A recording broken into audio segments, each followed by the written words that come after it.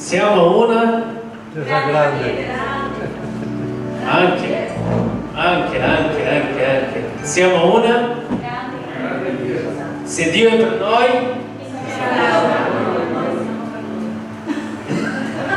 abbiamo un'altra versione qua. Bravo. Se Dio è per noi, chi sarà contro di noi? A parte noi che ogni tanto siamo contro di noi stessi, ma nessuno può essere contro di noi. In realtà solo noi possiamo essere contro di noi. Ogni tanto ci inventiamo questo, facciamo delle cose contro di noi stessi, ma la parola ci garantisce che se Dio è per noi, nessuno. Amen? Gloria a Dio. Noi stiamo cercando di fare un percorso di crescita, ma questo percorso lo abbiamo intrapreso da quando abbiamo conosciuto il nostro Signore Gesù, il Salvatore Gesù, certo, e cerchiamo di cambiare la nostra vita, i nostri pensieri e le nostre decisioni in base alla sua parola, giusto? Questo è il nostro impegno personale, ma anche come Chiesa. E oggi io vorrei insieme alla Chiesa analizzare una parola che ci insegna tanto e ci fa capire il nostro cuore, i nostri movimenti, i nostri pensieri riguardo al sacrificio, a quello che facciamo verso il Signore. E per analizzare questo approccio, il nostro approccio al Signore, quello che faccio, il sacrificio, il mio tempo, le mie offerte, la mia dedicazione al Signore, noi andremo a leggere in Malachia. Però non leggeremo soltanto io cercherò di fare una panoramica. Io spero che conoscete già la storia che è trascritta lì nel libro di Malachia. Questo succede 100 anni dopo il ritorno del popolo di Israele. Settimana scorsa, l'altra settimana ancora, e nei motivi di preghiera stiamo parlando tanto di Neemia, e quello è un periodo, appena erano usciti dall'esilio della Babilonia. Abbiamo parlato che hanno costruito le mura in 50, non lo so mai, 2, hai confermato proprio, allora sono 52. Poi ogni famiglia si è impegnata a fare la sua parte, ogni famiglia si è impegnata a costruire. Poi abbiamo visto che in quel periodo che erano appena tornati erano pieni di speranza, pieni di sogni. Sì, ricostruiamo la nostra città, Gerusalemme, facciamo, il Signore ci benedirà, c'erano tante promesse e il popolo aveva il cuore con tanta speranza, tanta visione di crescita, di produrre, di fare famiglia, di realizzare tutti i sogni e di vivere quelle promesse di Dio, no? Però 100 anni dopo di questo avvenimento c'è quest'altro avvenimento di Malachia che lo leggeremo. Malachia, come si trovava il popolo 100 anni dopo di questo ritorno alla sua città di Gerusalemme, e hanno iniziato a ricostruire tutto e a cercare il Signore.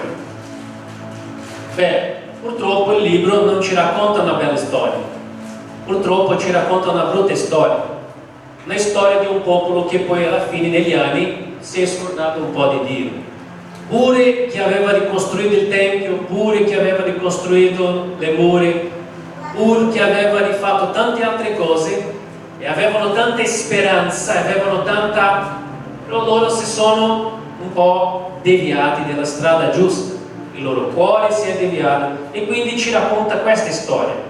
E noi, come cristiani maturi, la prendiamo questa storia affinché non accada a noi.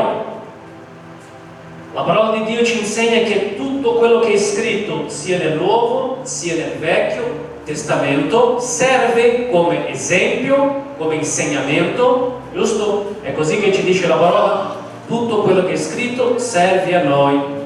Magari io non sto facendo quello che stava facendo il popolo, ma è sempre un avvertimento, è sempre una chiarezza affinché io non venga a cadere in quell'errore. Quindi andiamo ad analizzare com'era la situazione 100 anni dopo il ritorno, che si erano già stabiliti, la città funzionava, come erano diventate le cose, come funzionavano le cose, perché prima erano stati 70 anni nell'esilio, vivendo da schiavi, oppressi, invece lì erano liberi, invece lì potevano esprimere la loro fede, potevano adorare il loro Dio, erano liberi per adempiere la volontà di Dio. E vediamo, il libro di Malachia, come è fatto il libro di Malachia? Dio dà una parola al profeta Malachia e lui inizia ovviamente ad essere il portavoce di Dio e inizia a domandare il popolo e inizia un po' a confrontare il comportamento del popolo, ma non soltanto il comportamento del popolo, inizia a confrontare il comportamento dei sacerdoti. Perché? E cosa è importante capire? Se il sacerdote, se quello che insegna, se quello che ha il compito di passare la visione e la parola di Dio non lo fa, tutto si perde, perché è quello il suo compito. E vedremo anche in questo libro proprio chiaro quando parla del sacerdote, qual è il compito e che cosa si aspetta di un sacerdote. Il sacerdote non è uno chiamato a gradire a tutti, il sacerdote non è uno chiamato a fare politica, il sacerdote è uno che deve stare in contatto con Dio, cercare di santificarsi e portare soltanto non le sue idee, non le sue opinioni, ma portare alle persone la parola di Dio, pura, semplice, e quello è. Poi ogni persona, succedeva così in quel tempo, succede oggi, ogni persona prenderà la parola, guarderà, ascolterà e nella sua mente giudicherà. Gli adempirò, farò in base a quello che Dio sta dicendo, o no, io non lo farò. Quindi non esiste mai un obbligo, ma esiste un presentare. E il Signore presenta. In questo libro il Signore inizia a domandare e vediamo cosa dice il Signore. Sempre che il Signore parla, il Signore qui usa un linguaggio molto duro, ma Lui anche dice, quando parla col popolo, dice: guarda che voi avete detto cose pesanti su di me. Quindi Dio parlava al popolo e il popolo rispondeva, e addirittura c'è un brano, un pezzettino che dice: ma tu, dov'eri te? Tu che stai facendo? Perché i malvagi prosperano, ma noi che cerchiamo te non prosperiamo. In realtà non era così. In realtà loro avevano abbandonato il Tempio, avevano abbandonato tutto quello che era la legge di Dio, le leggi morali, tutte le leggi che dovevano adempiere, avevano abbandonato tutto e le cose non andavano per la strada giusta. Non c'era una crescita economica, non c'era una bella situazione sociale, non c'era un comportamento morale secondo la volontà di Dio. Loro respiravano e vivevano in una società corrotta, a iniziare dai sacerdoti. Figurati il popolo, chi doveva insegnare, chi doveva dare la parola giusta, chi doveva cercare di pentirsi prima dei suoi peccati e poi istruire il popolo a pentirsi dei suoi e seguire a Dio, invece faceva tutto al contrario. E quindi il Signore inizia a domandare, a fare delle come se fosse un dialogo. Però il proposito sempre di Dio qual è? Lo scopo, il proposito, lo scopo qual è? Sempre che se io, Roberto, stiamo facendo qualcosa che non va, qual è il proposito di Dio quando parla con noi? Che io mi venga a pentire, no? Che io torni alla via. Pur se Dio parla duramente, ma parla sempre con un proposito, parla sempre perché ci ama. Infatti lui inizia il libro dicendo: io vi ho amati. Cioè guarda l'inizio di tutto il discorso, il libro è corto, il libro è corto, è forte, è importante, e noi che siamo in un momento di ripresa, di riorganizzarci, è un libro che ci serve per riorganizzare un'area nostra della Chiesa, così come Dio li ha affrontati affinché loro si potessero organizzare come società, come popolo di Dio e come anche funzionamento del suo tempio. Ok? Quindi lui si rivolge al suo popolo dicendo: parola del Signore rivolta a Israele per mezzo di Malachia: io vi ho amato, dice il Signore, e voi dite: in che modo ci hai amato? Quindi il Signore, rivolgendosi a loro, dice: io vi ho amati. E loro già iniziano bene, Giovanni, iniziano bene. Eh sì, in che modo ci hai amati?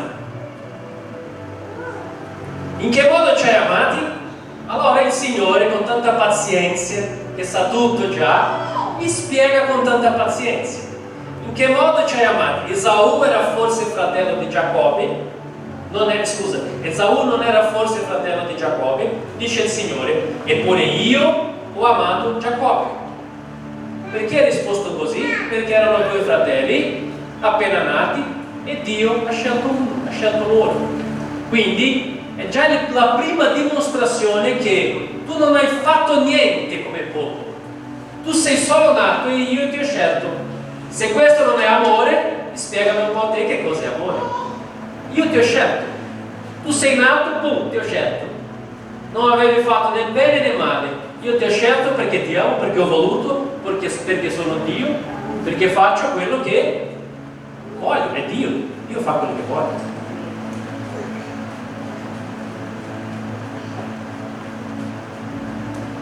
E ho odiato Esaù, non ho fatto dei suoi monti una desolazione. Poi lui inizia a raccontare tutto quello che è successo con l'altra nazione, che poi alla fine l'altra nazione del fratello. 4. Sidon dice: noi siamo stati annientati, ma torneremo a ricostruire i luoghi, allora quel popolo diceva: sì, ma noi faremo, noi qua, noi di là, noi di là e noi di qua. E il Signore dice: ok, voi potete anche fare, ma io ho scelto Israele, perché la risposta era: io ho scelto voi, io amo voi. Io ho scelto voi. Questo è il contesto di questi primi versetti. Poi, nel versetto 6, andiamo al 6, Dio inizia a confrontare per amore, per correggere, non per condanna, non per giudizio, per amore. Un figlio, Dio guarda il popolo e dice: un figlio onora suo padre. Se dunque io sono padre, dov'è l'onore che mi è dovuto? Se sono padrone, dov'è il timore che mi è dovuto? Scusate. Il Signore degli eserciti parla a voi, o sacerdoti. Sta parlando ai sacerdoti.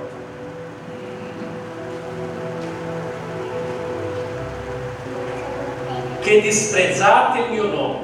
Ma voi dite: in che modo, Signore, abbiamo disprezzato il tuo nome? Domanda dei sacerdoti. Voi offrite sul mio altare cibo contaminato, ma dite: in che modo ti abbiamo contaminato? Lo avete fatto dicendo: la tavola del Signore è spregevole. Perché ci racconterà il libro che questi sacerdoti accettavano quello che il popolo portava, si prendevano quello che non era la parte sua, si comportavano male.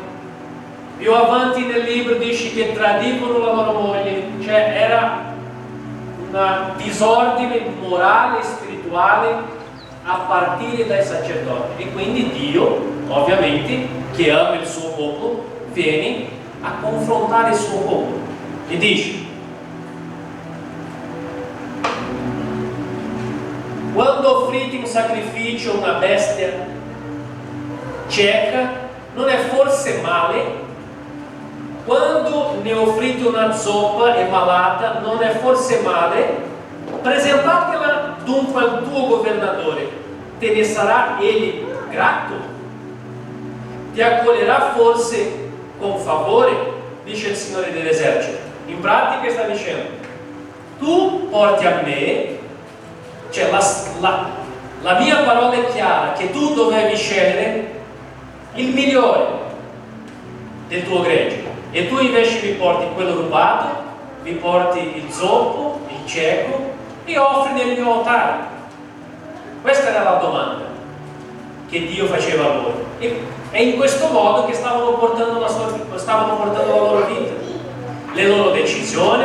Quando non andavano al Tempio del Signore, sapevano che cosa c'era scritto nella sua parola, che al Signore si dà il migliore, si dà il tempo, il cuore e il migliore. Invece non lo facevano questa cosa, invece portavano gli agnelli e i sacrifici rubati, quelli peggiori, nonostante se il Signore diceva loro: ma io lo so che avete quello buono nel vostro gregge, quindi vuol dire che il Signore li stava benedendo comunque, però li stava avvertendo: guarda che non funziona così, io non vi ho detto di fare così. Poi vai avanti, versetto 9: ora implorate pure il favore di Dio, perché Egli abbia pietà di noi, e con le vostre mani che avete fatto questo, Egli dovrebbe avere riguardo alla persona di qualcuno di voi, dice il Signore degli eserciti. Lui mette il suo popolo a pensare. Pensate un po', vedete un po' voi. Ci fosse almeno, guarda a che punto è arrivato, a che punto siamo arrivati. Ci fosse almeno qualcuno di voi che chiudesse le porte. Quale porte qui parlava? Del Pensa se Dio arrivasse oggi qui da noi e dicesse: guarda, sai che cosa fate? Magari se qualcuno chiudesse quella porta e voi, invece di fare quello che state facendo male, perché lo sapete come dovete fare, chiudete quelle porte. È meglio che chiudiamo le porte. E noi questa cosa non la vogliamo ascoltare, ma è meglio che ascoltiamo, perché così siamo svelti, allerti, affinché questa parola non venga su di noi. Ed è detta da Dio, non è detta da una persona, da un uomo, è detta da Dio.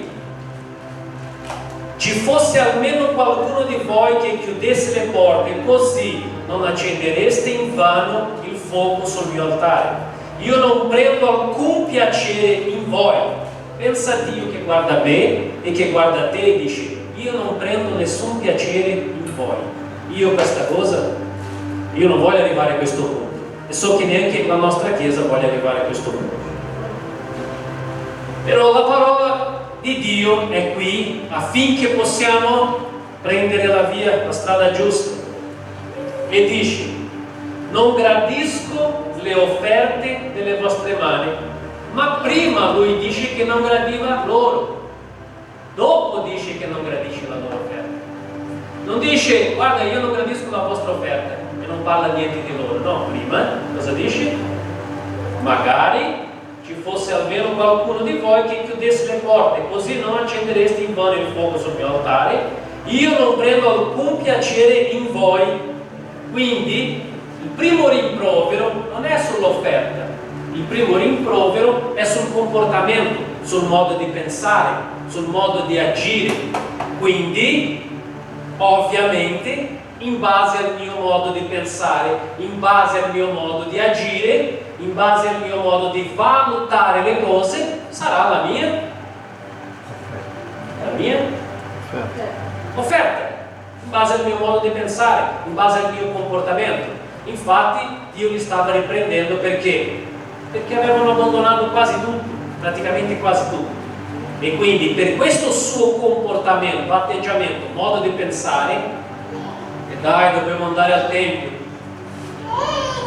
dobbiamo fare queste cose che sono scritte, dobbiamo fare questo, era diventato pesante a loro, e facevano di mala voglia, non sceglievano il migliore per offrire al Signore.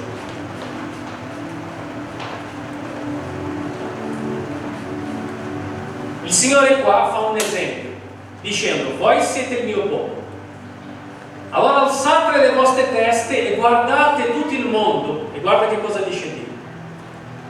Ma dall'Oriente all'Occidente, cioè tanti popoli, tante nazioni, il mio nome è grande fra le nazioni.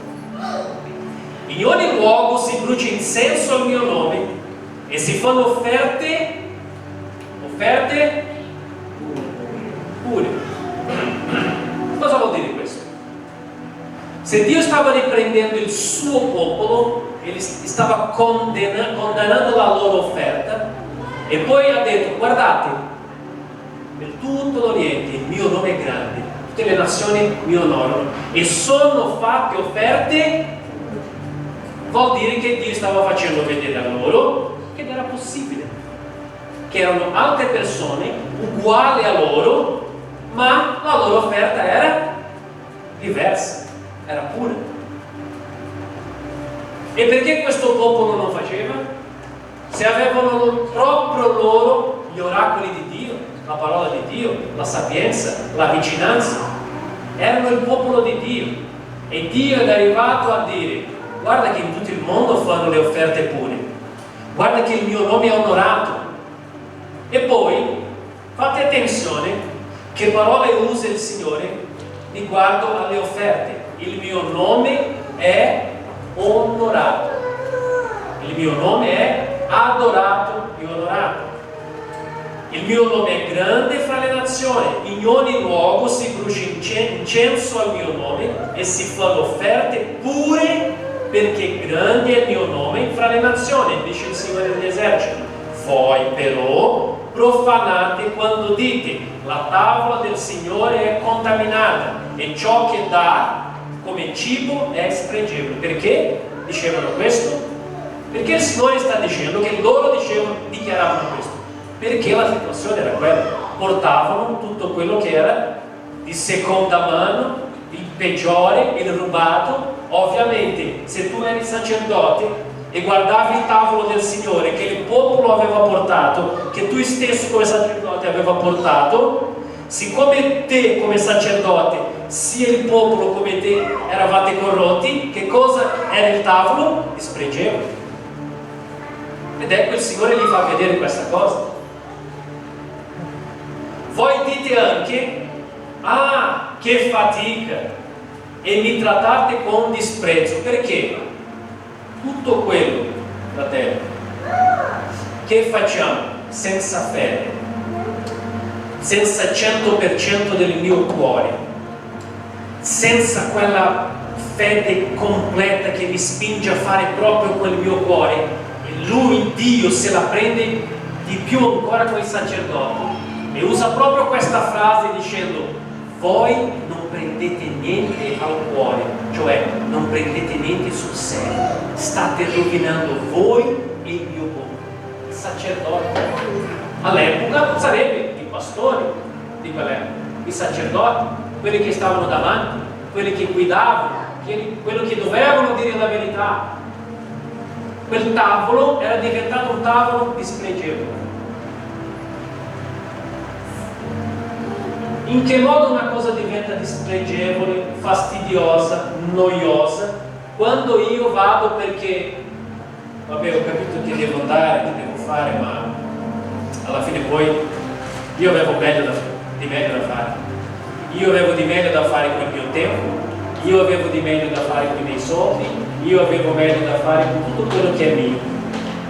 Diventa dispregevole. Perché? Perché non ce l'ho quello come il mio primo amore, il mio Dio, cioè la casa di Dio, il tempio di Dio, e Dio li stava riprendendo per questo. Diventa per noi come è diventato per loro, se noi prendiamo questo di atteggiamento, una cosa senza senso, una noia, una cosa spregevole. Voi dite: ah, che fatica, e mi trattate con disprezzo. Dice il Signore degli eserciti: offrite animali rubati, zoppi o malati, e queste sono le offerte che dovrei io gradire dalle vostre mani, dice il Signore. Maledetto il disonesto che ha nel suo gregge un maschio e offre in sacrificio sacrificio al Signore una bestia difettosa, poiché io sono un re grande, dice il Signore degli eserciti, il mio nome è tremendo fra le nazioni. Capitolo 2.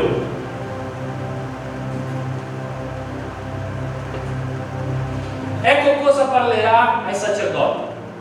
Fate attenzione, molto importante. Perché stiamo entrando in questa parola? Ripeto, faccio una pausa qui. Le prediche guidate dallo Spirito Santo, la parola guidata dallo Spirito Santo, e noi stiamo chiedendo, io tutta la settimana pregavo, studiavo questa parola e pregavo affinché lo scopo di questa parola che stiamo parlando oggi sia una parola che tu la prenda al cuore e la analizzi, e poi secondo lo Spirito Santo ti guiderà, e il discernimento che il Signore ti darà, e secondo in base anche come è messo il tuo cuore, tu la metterai in pratica oppure no. Perché sia in quel tempo, ossia ad oggi, io come pastore e loro come sacerdoti non potevano obbligare il popolo a fare le cose. Neanche Dio lo fa. Ma è il compito del sacerdote spiegare la verità, dire la verità e anche farla, adempirla, camminare sulla strada giusta. Noi stiamo cercando di riorganizzarci come Chiesa e poi più avanti entreremo nel discorso offerta, di decima, ed ecco perché stiamo parlando su questo argomento, affinché questa Chiesa possa avere la visione di quello che è la visione biblica e teologica di questa Chiesa.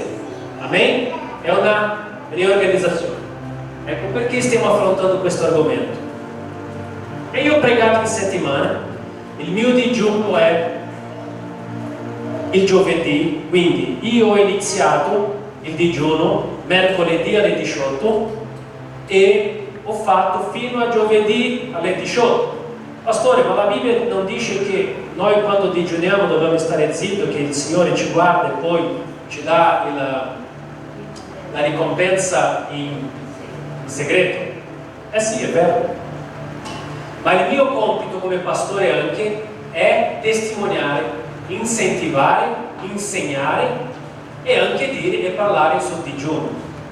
Quindi, ecco, già da un bel po' di mesi, e lo so che tante persone qua hanno intrapreso queste strade di avere un giorno di santificazione, come digiuno, un giorno a settimana, delle periodi, minuti, ore, non lo so, ognuno si sceglie, di preghiera. Quindi questa parola viene incontro all'area finanziaria della Chiesa, questa parola, affinché ci possiamo capire e riorganizzare. Quindi, pastore, stai dicendo che questa cosa non sappiamo? No, questa cosa dobbiamo ripetere sempre, sempre, sempre e ancora una volta e sempre, perché la parola di Dio va predicata sempre, e quindi questo ci rinfresca la memoria e dà una mano a coloro che sono fermi in questa situazione di decima e di offerta e non stanno raccogliendo quello che sono le benedizioni che la parola stessa ci insegna e che anche è collegata all'onorare il Signore e il modo in cui io mi vedo come membro di questa Chiesa, un membro attivo o un membro non attivo. E cosa è un membro attivo?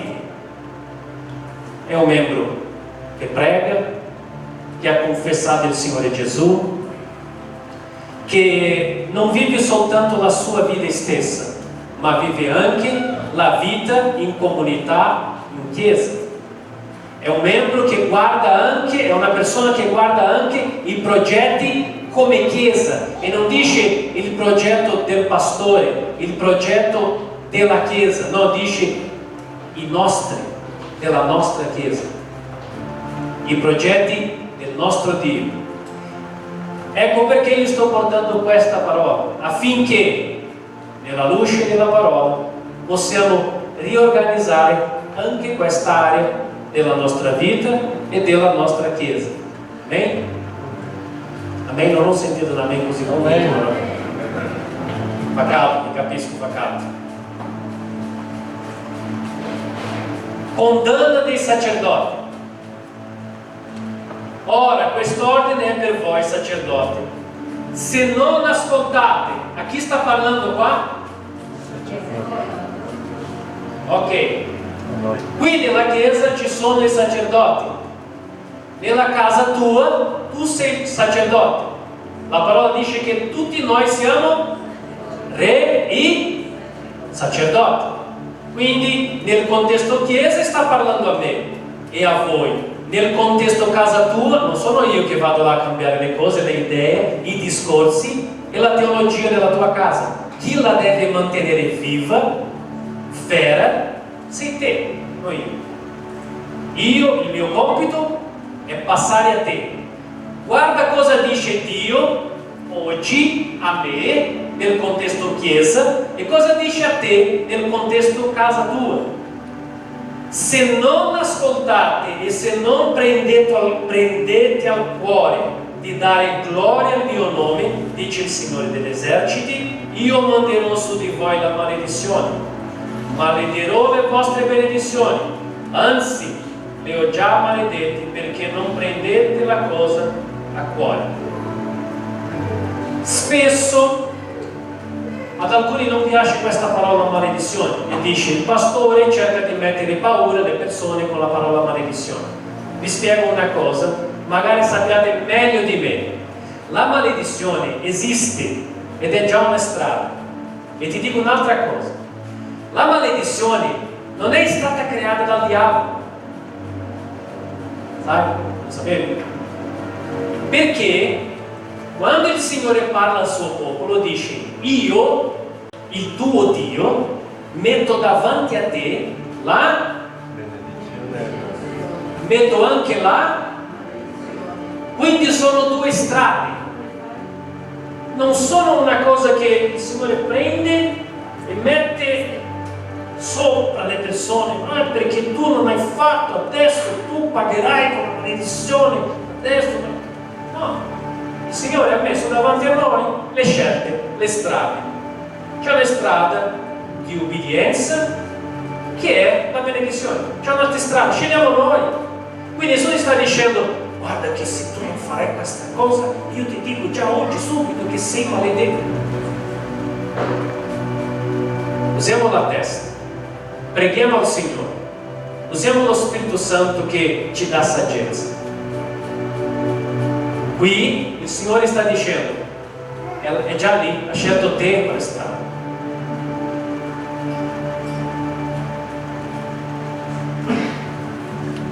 Io manderò su di voi la maledizione e malederò le vostre benedizioni, anzi le ho già fatto perché non prendete la cosa al cuore. Lui ha detto, perché non fate X e X cosa, perché non fate quello, perché non portate tanti soldi a me, perché non portate tutto quello che avete a me. No, lui sta dicendo che non prendete al cuore cosa? Le sue prescrizioni, le sue leggi, il dovuto onore al suo nome. Sta dicendo, non prendete al cuore, non fate le cose al 100%. È quello che sta dicendo. Non prendete la cosa al cuore. Che cosa vuol dire questa frase? Non siete appassionati, non fate le cose con amore, non fate le cose come fosse la cosa più importante al mondo, non guardate l'opera mia, non guardate me come Dio, non onorate addirittura lui dice, guarda che altre persone sono riusciti per condannarti, per sminuire te, no, per dirti guarda se loro sono riusciti, anche voi. Quello sta dicendo. Parla di amare, di prendere al cuore. Al cuore. A cuore. A cuore. Che arriva, hai visto? Poi. Ecco, io sgriderò le vostre sementi.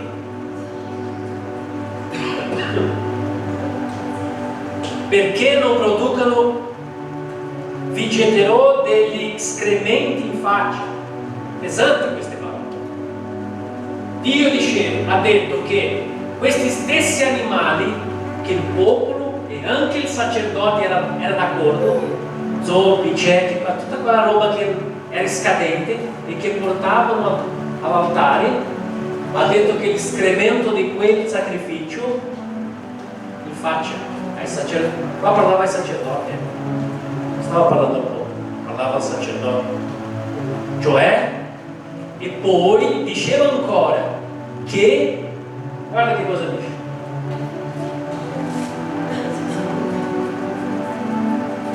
getterò degli escrementi in faccia, gli escrementi delle vittime offerte delle vostre feste, cioè il sacrificio che facevano, e voi sarete portati fuori con essi.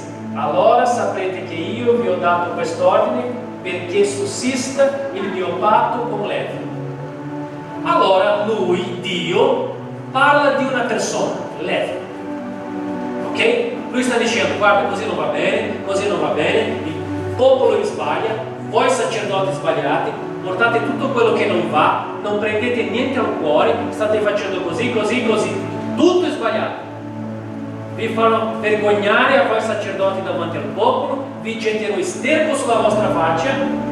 E ha detto, ci sono altri popoli che a me onorano il mio nome e fanno offerte pure. Poi inizia a parlare di Levi.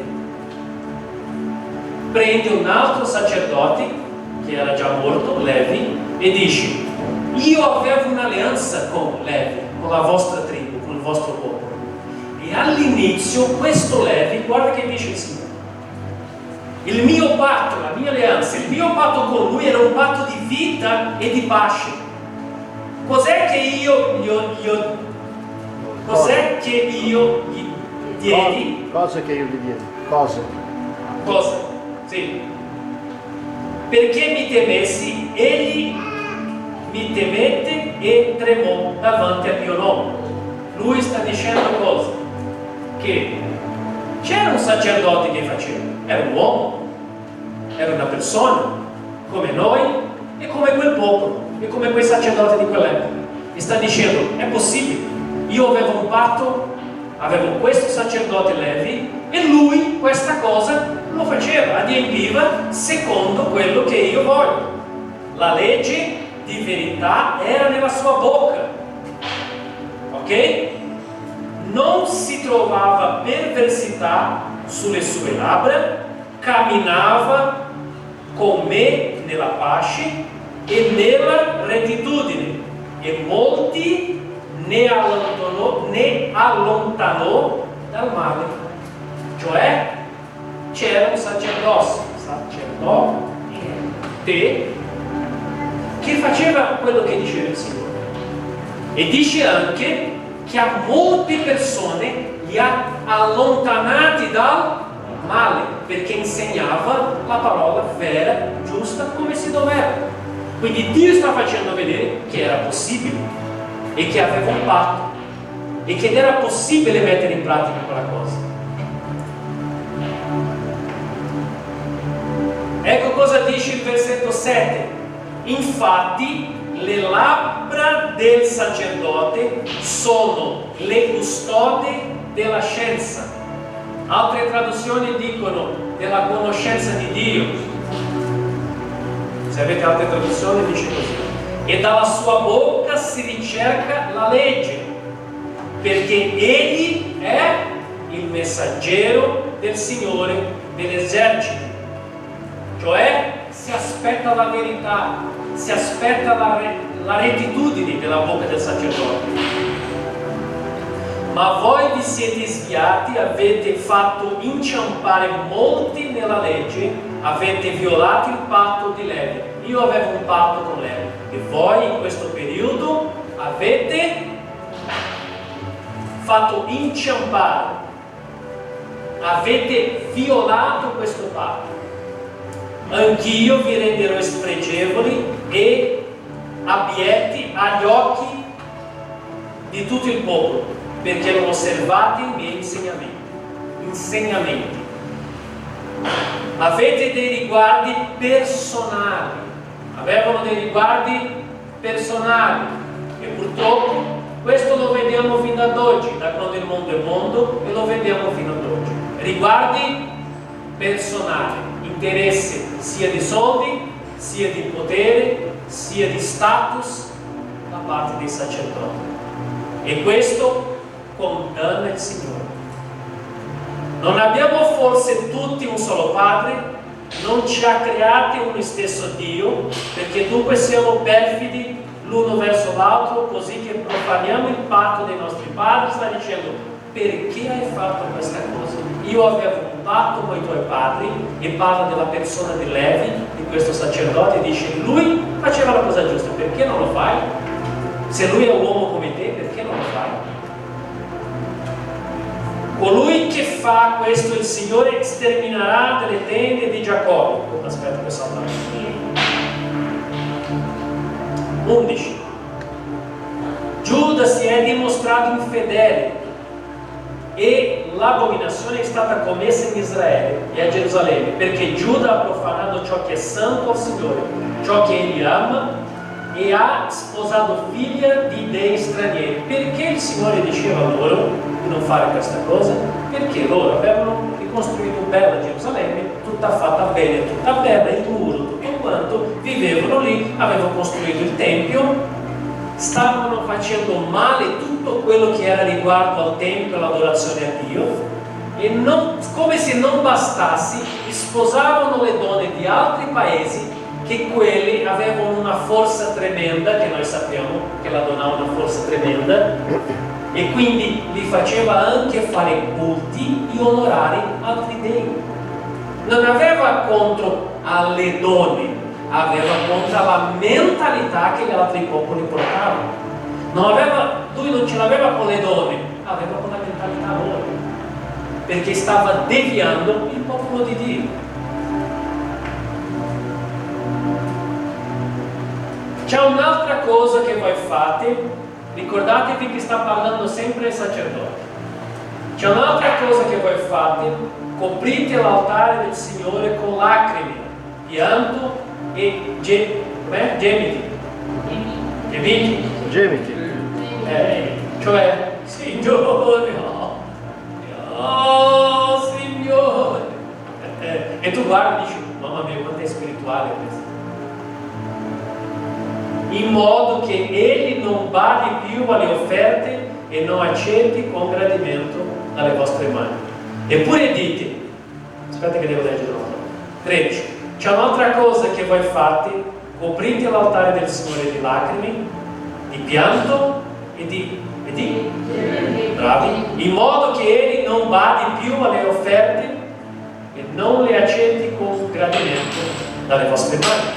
Eppure dite, perché Signore è testimone fra te e la moglie della tua giovinezza, verso la quale agisci slealmente, sebbene essa sia la tua compagna. E qua compagna non è quello che fraintendiamo qua oggi, è compagna che non sposato, no. Qua più avanti dice la moglie a quale ti sei legato da un patto, cioè questi erano sposati. Ok? Non compagno come dice la parola, e la capiamo oggi nel popolare compagno.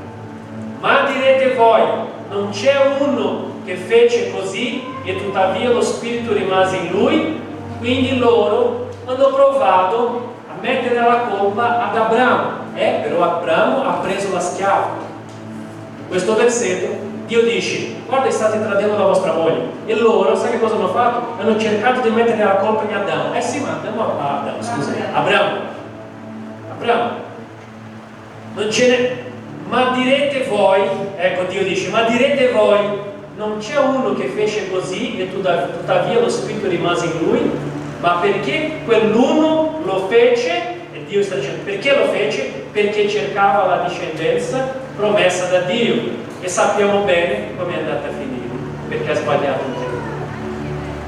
Badate dunque al vostro spirito e nessuno agisca slealmente verso la moglie della sua giovinezza. E qui serve anche viceversa, al contrario, marito-moglie e moglie-marito.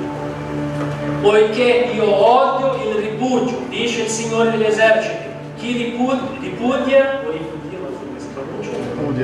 ripudia, copre di violenza la sua veste, dice il Signore degli eserciti. Badate dunque il vostro spirito, purificazione di Giuda nel giorno del giudizio. Andiamo al 3. Tutto questo il Signore sta facendo perché? Perché vuoi fare arrabbiare le persone? No. Perché ama il suo popolo e vuole il bene del suo popolo e vuole del suo popolo la santificazione e vuole del suo popolo l'impegno e vuole del suo popolo responsabilità e vuole del suo popolo amore e vuole del suo popolo il suo cuore. Questo deve essere molto chiaro. Capitolo 3. Non è stancato il Signore. E stiamo finendo. Ecco, io vi mando il messaggero che spianerà la via davanti a me. E subito il Signore che voi cercate, l'angelo del patto che voi desiderate, entrerà nel suo tempio. Ecco, egli viene, dice il Signore degli eserciti. Qui poi andremo a trovare nel Nuovo Testamento che sta parlando di Giovanni, il Battista. Ecco, io vi mando il mio messaggero che spianerà la via davanti a me. Che cosa ha fatto Giovanni Battista quando ha iniziato a dire: la vedete che è vicino il regno di Dio, cambiate mentalità, tu che fai questa cosa non la fare più. Il Signore ha detto a me di battezzarti per ravvedimento. Ravvedimento è cambio di mentalità, smette di fare quello che sta facendo sbagliato e inizia a imparare a fare quello che ci insegna il Signore. E sta arrivando il Signore e io devo preparare la vostra mente. Quello era il compito di Giovanni Battista. Doveva spianare la strada. E come si spiana la strada? Dicendo: guarda, sei nell'errore. Quando i soldati, quando i discepoli di Gesù sono andati a domandare, quando le persone arrivavano da Giovanni Battista e dicevano: senti, ma tu chi sei? Sei Elia, sei il profeta? No, io sono la voce che grida nel deserto. E diceva alle persone, i soldati quando sono andati da lui, cosa ha risposto? Cosa dobbiamo fare? Ha detto: non prendete le persone a forza, non mettete la lancia nel suo collo e dite dammi i soldi. No, fate il vostro lavoro, accontentatevi del vostro stipendio. Quindi cambiare comportamento, cambiare visione. E parlava di questo messaggio, di questo cambiamento di visione. Qui entra già in una parola profetica che parlava di Giovanni Battista 400, più di 400 anni prima. Chi potrà resistere nel giorno della sua venuta, sia Giovanni Battista come Gesù? Chi potrà rimanere in piedi quando egli apparirà? Egli infatti è come il fuoco del fonditore, come la potassa dei lavatori di panni, cioè quello che toglieva via la sporcizia e lasciava i vestiti bianchi.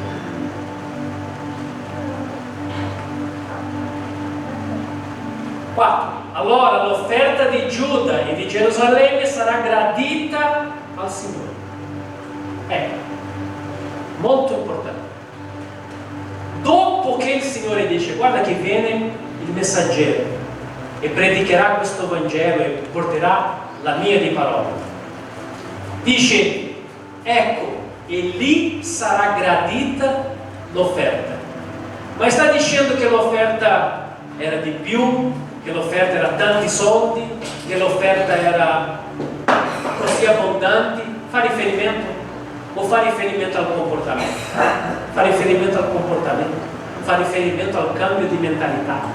Fa riferimento a come vedevano le cose?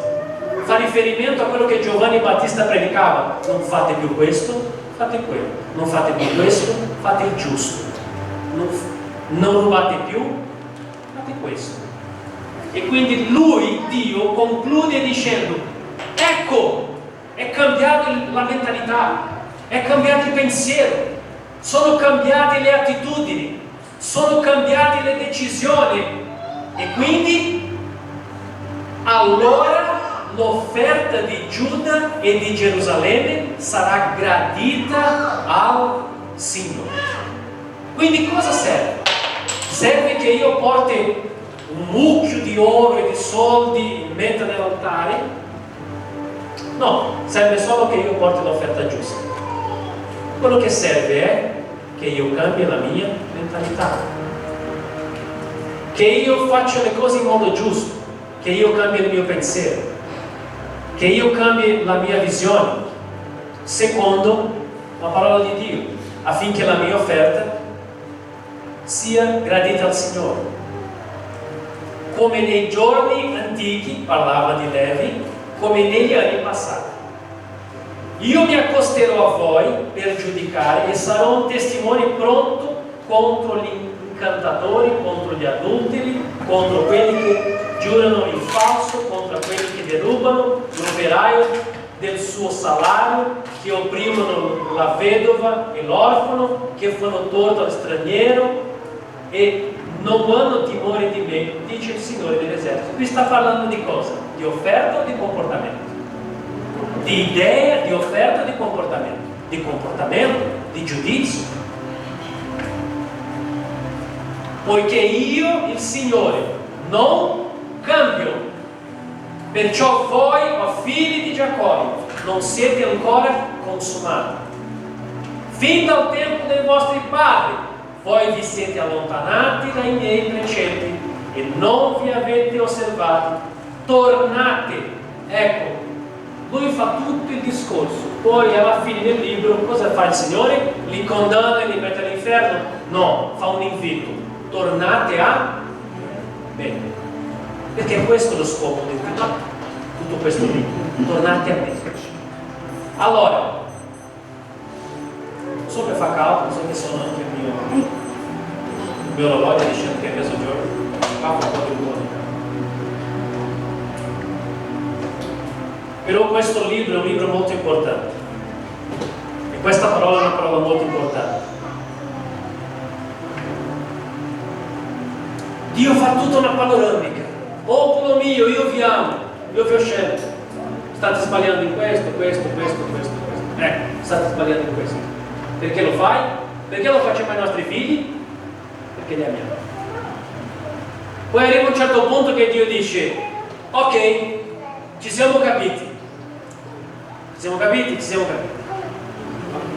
Allora Dio dice così: ritornate a me. Fa un invito. Dio non fa per fare intanto per dire, no, lo fa davvero. Tornate a me. Quando Dio guarda me e te dice tornate a me, quando Dio guarda questo popolo e dice tornate a me, ok, fate sbagliare, tutto è sbagliato. Ok, lui non dice non fa niente, no, non dice questo, dice tornate a me.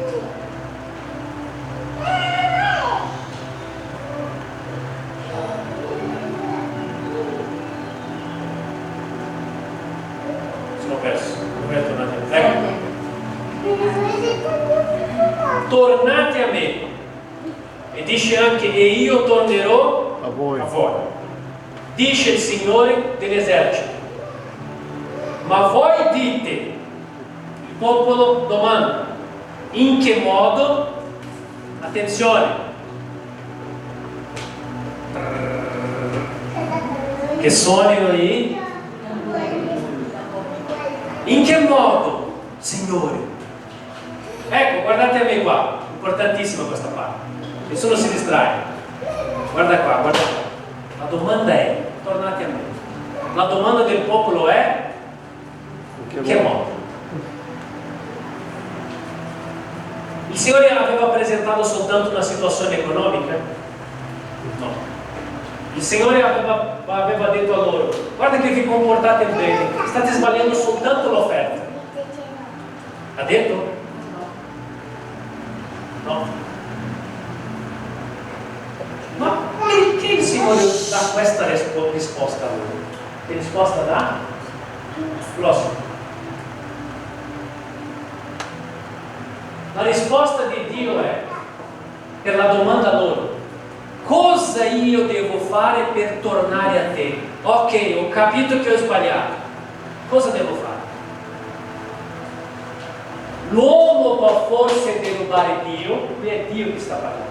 Ma domanda, eppure voi mi derubate. Ma voi dite, in che cosa ti abbiamo derubato? Nelle decime e nelle offerte. Voi siete colpiti da maledizione. Perché? Perché Dio è cattivo? No. Perché l'hanno scelto la strada della maledizione. Perché mi derubate voi tutta quanta la nazione? Prossimo. Portate tutte le decime alla casa del tesoro, perché ci sia cibo nella mia casa. Poi mettetemi alla prova. Questo dice il Signore dell'esercito: vedrete se io non vi aprirò le cataratte del cielo e non riverserò su di voi tanta benedizione che non vi sia più dove riporre. La volontà di Dio che cos'è? Benedirci spiritualmente, fisicamente, con la salute, ma anche economicamente. Perché il Signore non stava parlando di finanza, stava parlando di comportamento, e nell'esatto momento quando il popolo domanda, Egli dice: torna a me, oh torna a me, torna a me. E il popolo domanda: in che modo Signore? Ma l'uomo può rubare Dio? Perché gli fa questo discorso? Sai perché lo fa? Perché il Signore sa che quello che diamo valore. Perché dall'inizio del libro lui diceva: io sono il Dio che è onorato in tutto il mondo e tutti mi onorano e portano, non dice tutti portano le offerte e con le offerte onorano a me, no? Ha detto tutti mi onorano e portano dopo le offerte pure. Quindi qui riusciamo a capire che quando si parla di questo libro isolato, di questo versetto che di solito si prende soltanto questo versetto per parlare di decima e di offerta e non si legge tutto il libro, non si capisce perché il Signore sta dicendo: portate a me tutte le decime e le offerte.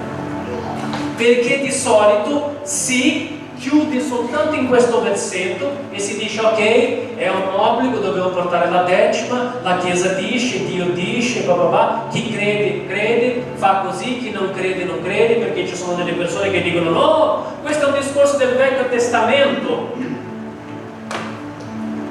Non nella prossima settimana, più avanti vedremo la decima nel Nuovo Testamento, per chi ha delle controversie.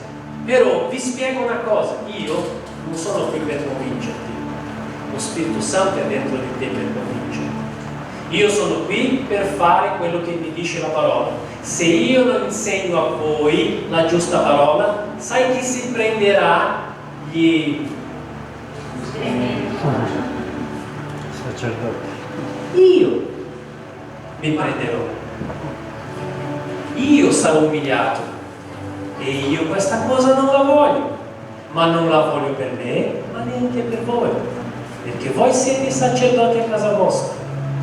Quindi chi non mette in pratica la sua di parola e poi ha la sua di teologia personale, va bene, e la vedrai con lui, non è un problema mio.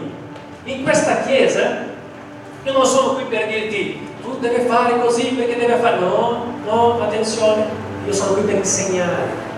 Poi ognuno raccoglierà il frutto della sua interpretazione, della sua intimità con Dio e quello che ti convincerà lo Spirito Santo di fare.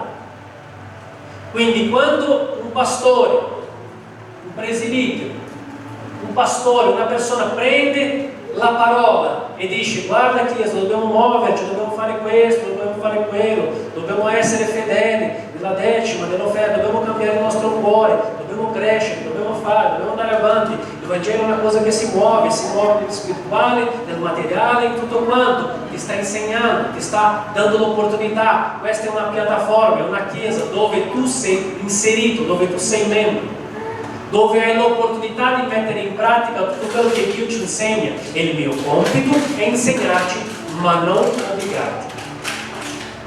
Nessuna persona qua, io ho chiesto anche che sia registrato, perché è buono che sia registrato. Il pastore, parlo chiaro e tondo, il pastore, il presbiterio, la leadership di questa chiesa non obbliga nessuno a portare la decima di Dio a Dio. Qua viene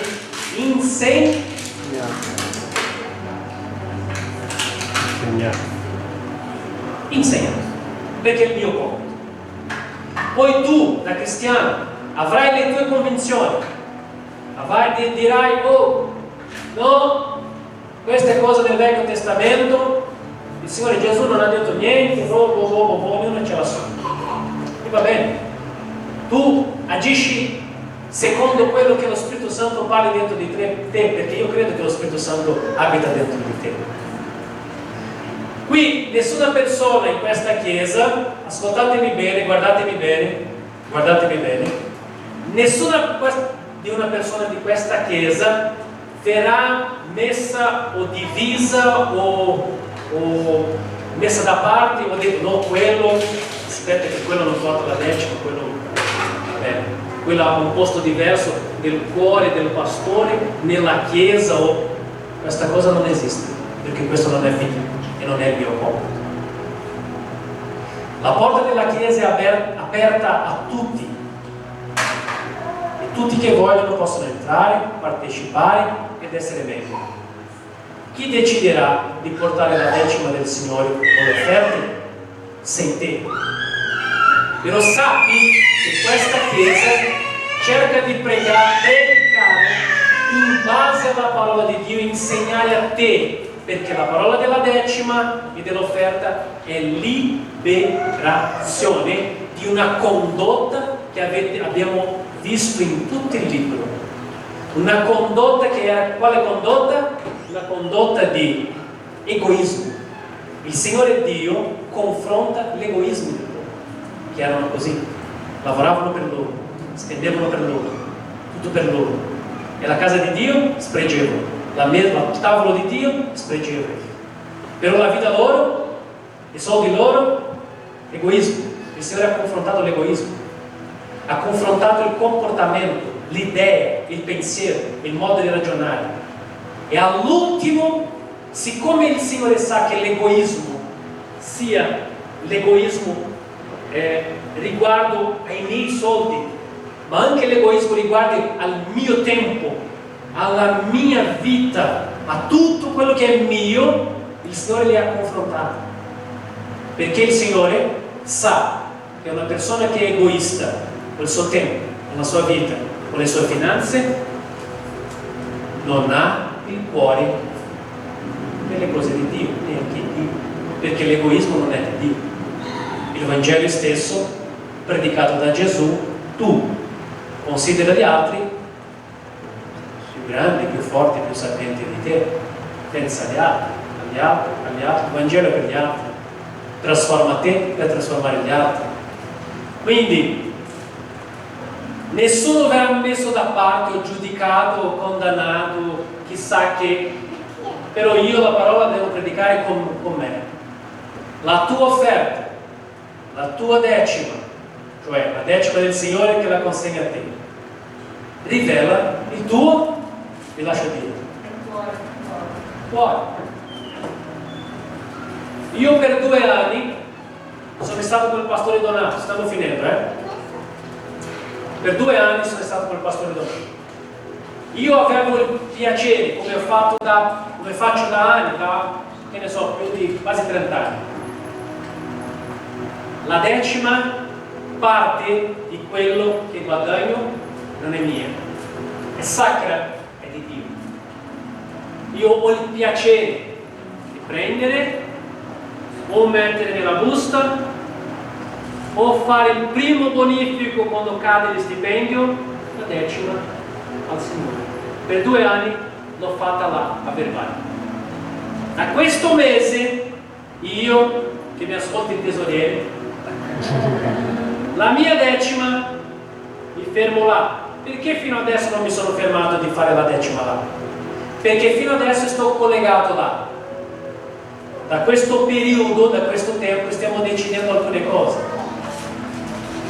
E questo mese prossimo faremo la presentazione e io verrò nominato per altri 2 anni qua. Quindi questa è la mia chiesa, questo è il posto dove il Signore mi benedice e la parola ci insegna che noi dobbiamo dare la nostra offerta e riconsegnare, perché la decima non lo paghi perché non è tua, altrimenti non c'era una parola bella, chiara, tonda dicendo: può un uomo derubare Dio?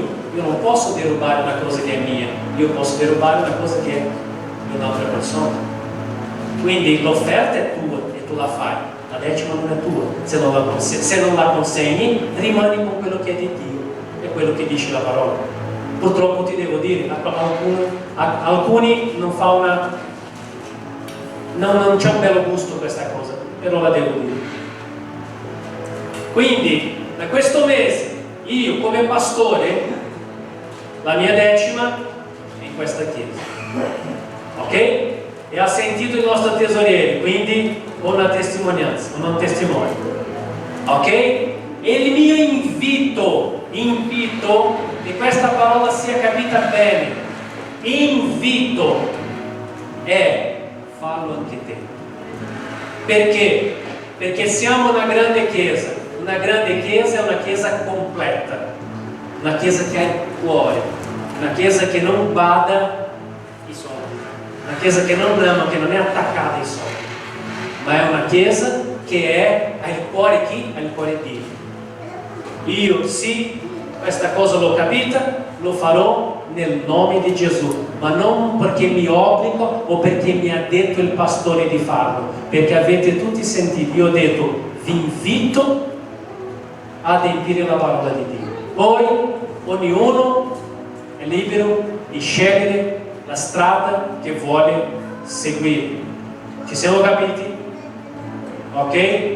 Amen? Poi parleremo anche della decima nel Nuovo Testamento. Parleremo perché è biblico e parleremo perché penso che sia una cosa da arricchire, ma non perché io voglio comprovare, convincere: guarda, c'è nel Vecchio, c'è nel Nuovo Testamento la decima, dobbiamo dare, dobbiamo fare. Non è quello. È perché noi siamo il popolo del libro che studia la Bibbia e che parla della Bibbia. Quindi la vedremo per quello. Perché toglie Bibbia, toglie il Nuovo Testamento, toglie quello che insegna il Nuovo Testamento, toglie quello che insegna il Vecchio Testamento e facciamo un ragionamento semplice. Siamo qua, facciamo un esempio che a grossa fatica noi abbiamo scoperto il Vangelo, però non sappiamo bene il discorso soldi, il discorso decima, il discorso offerta, e ci organizziamo come persone per fare qualcosa. Se il mio Vangelo rimane a me in modo solo salvezza mia e io non mi preoccupo per gli altri, abbiamo bisogno di una chiesa, abbiamo bisogno di un locale, abbiamo bisogno di sviluppare qualsiasi altra cosa che abbia bisogno di qualsiasi cosa materiale. No. Quindi i soldi che servono per sviluppare quelle idee, quella filosofia, sono quelli che servono, pochi. Magari uno dice: non serve i soldi, non servono parlare di decimi in chiesa, non serve appesantire su questo argomento. Ok, poi se viene uno, iniziamo a parlare di Gesù, viene un altro, viene poi un altro, viene poi un altro, arriviamo a 50, arriviamo a 100. E dov'è che andiamo? A casa di Dio? Non ci entrano neanche.